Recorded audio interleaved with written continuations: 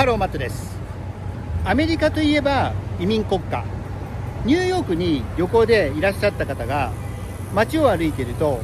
エリアごとに変わる雰囲気に驚きますよね。で、今回はそのエリアにはどの国から来た移民が住んでいるのかというお話をしたいと思います。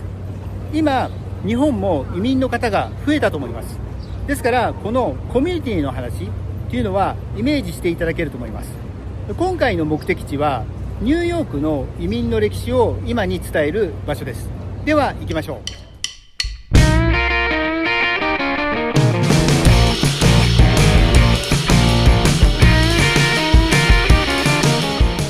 今日お話ししながら歩くこの場所は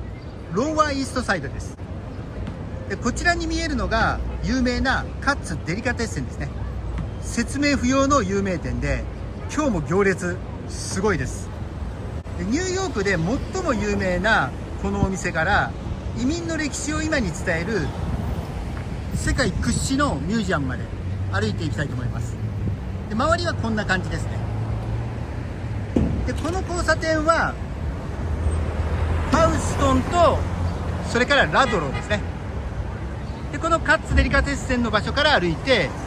いきます。今回のテーマ、ニューヨークに観光で足を運ばれた方が移民のコミュニティを見るために遠くまで移動して時間を費やすっていうのははっきり言って無駄ですよね。それよりも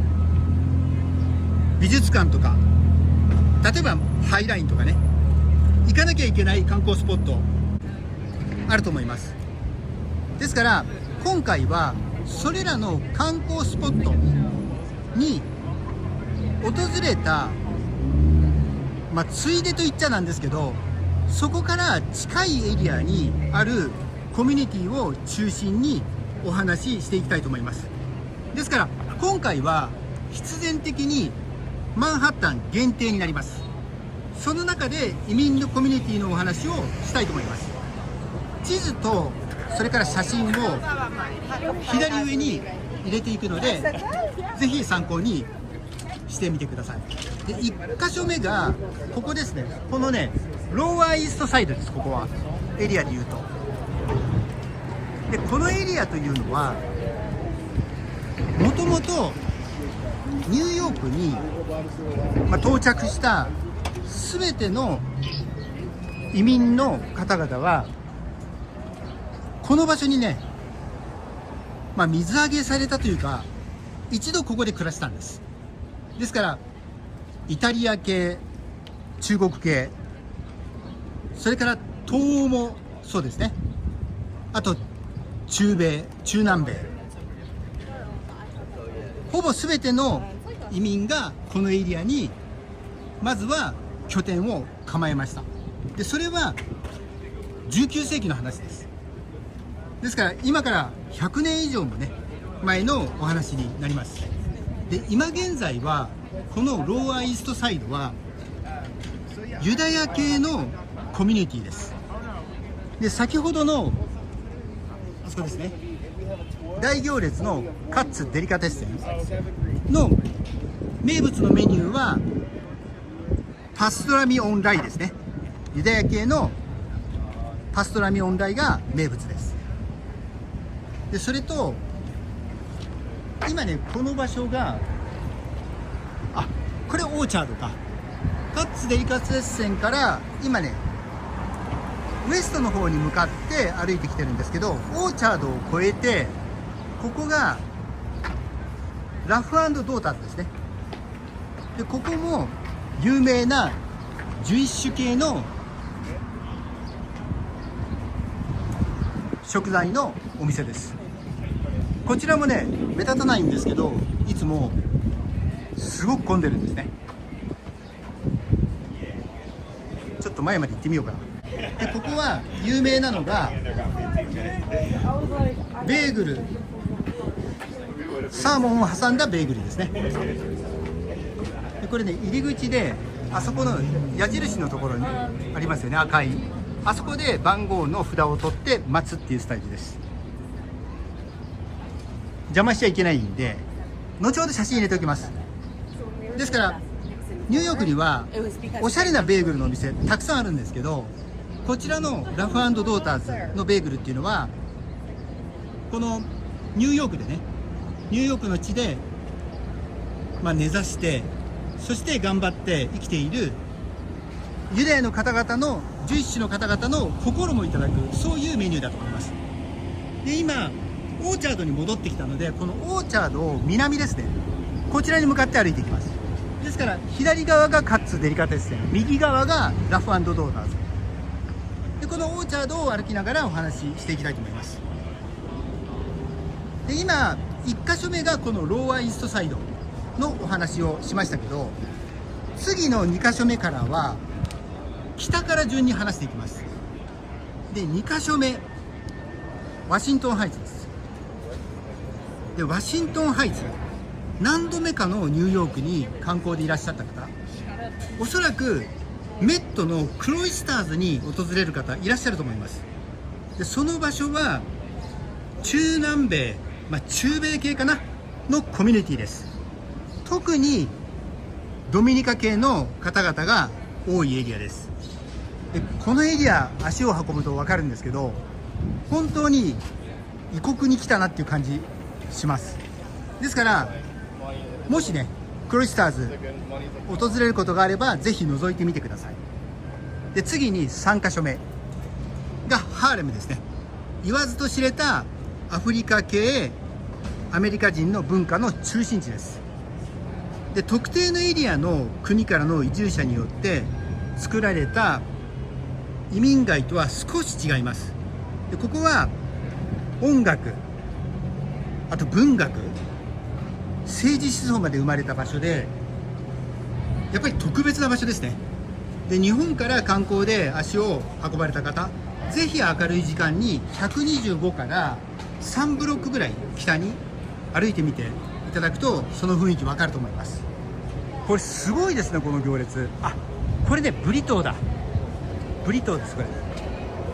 ここね、ブリトーズ177オーチャードって書いてありますね。お店の名前確かちょっと違うと思います。でこのまま進みます。で話をハーレムに戻すと、今年アポロシアターが91年の歴史で初めて改装されて先日ねオープンしたと思います。ですからぜひね足を運んでみるといいと思います。でこのハーレムっていうのをコミュニティで分けるとしたら、イーストハーレムが、スパニッシュハーレムとも言うのかな、プエルトリコ系のコミュニティです。で僕がブルックリンのマイク・タイソンの回でお話しした、場所、ブロンズビルとかあのエリアも中米系のねコミュニティですね。でこれスイートグリーンですね。サラダのねレストラン、お店ほんと増えましたね。で次に4カ所目ヘルズキッチンです。タイムズスクエアから徒歩圏内、ここはアイルランド系の飲食店がわずかに残るアイリッシュコミュニティです。で一番有名なのはランドマークタバーンですね。でもし滞在がミッドタウンなら夕食に足を運んでみるのありだと思います。で街角にはアイルランドの国旗とか、あとクローバーのサインを見つけることができます。で本当のリトルアイルランドは野口英世さんのお墓のあるブロンクスのウッドランにあります。で次5カ所目ですね。これがコレアタウンです。でニューヨーク市から認められたコミュニティでマンハッタンのど真ん中ですね。日本にもコリアンタウンありますけど、それらと比べるとビルの中にお店があるので少し分かりにくいです。ただこの場所が面白いのは、コリアタウンなのに日本の抹茶とか和食とか居酒屋とか儲かりそうなお店はね臨機応変に経営されてます。でお店の名前も京都とか宇治とかついてるんですね。だからぜひ足を運んでみるとその臨機応変さ、ある意味勉強になると思います。そして次に6カ所目、これがねウクライナビレッジです。でこれはイーストビレッジの一角ですね。ベースセルカというレストランを中心に東欧文化を感じるコミュニティです。これね今 LGBTQ のこの旗、このエリアも多いんですよね。詳しくはイーストビレッジの回でお話ししてるので、ぜひ参考にしてみてください。あとマンハッタンからかなり遠いんですが、ブライトンビーチにリトルオデッサっていう東欧系のコミュニティ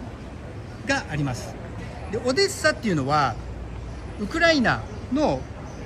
黒海沿岸にある100万人都市ですね。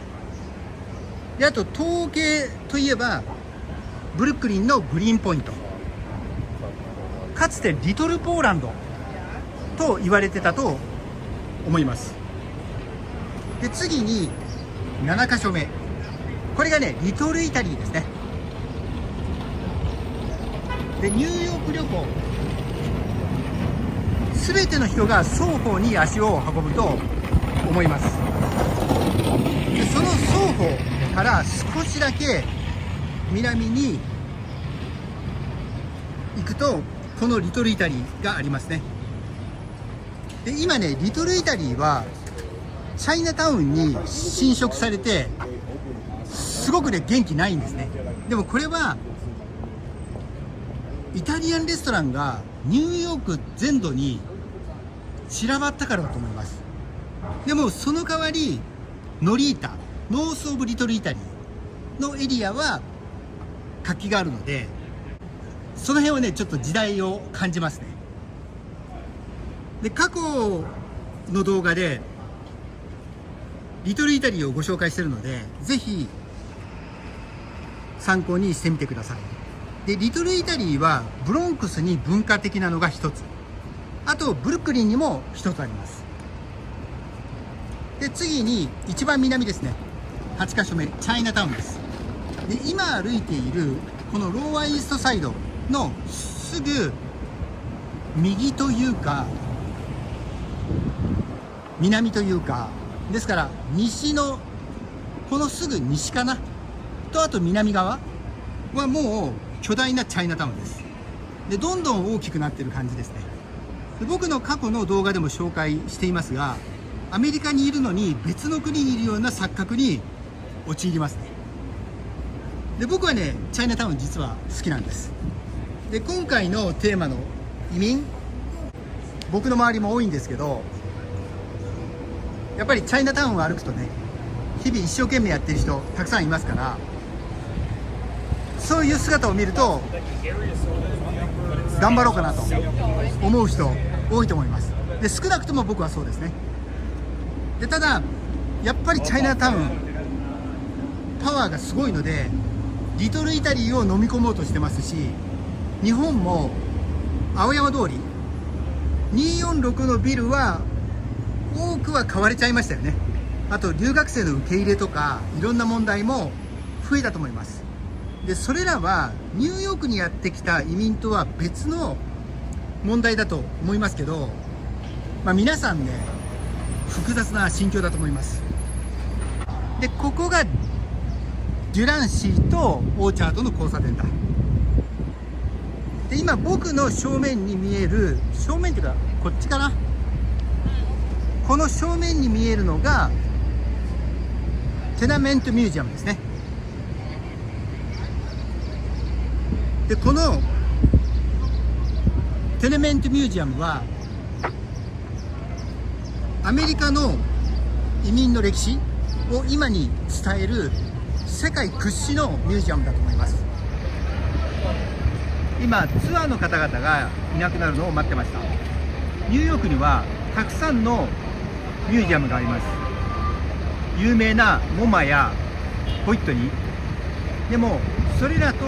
比べてもこの場所は訪れる価値があると思います。でまた新しいツアーの方々がね並んでいて、こんなにも多くの人がこの移民の歴史に興味を持ってここに訪れてます。このミュージアムはガイドの方と一緒に建物内を巡るというそういうスタイルなんですね。ですからこれで3組ですね、3つのパーティーに分かれてこれから中を見ていくだと思います。で本当は YouTube でお伝えしたいんですけど撮影が禁止されているのでこの外からのね雰囲気だけになります。このツアーに参加すると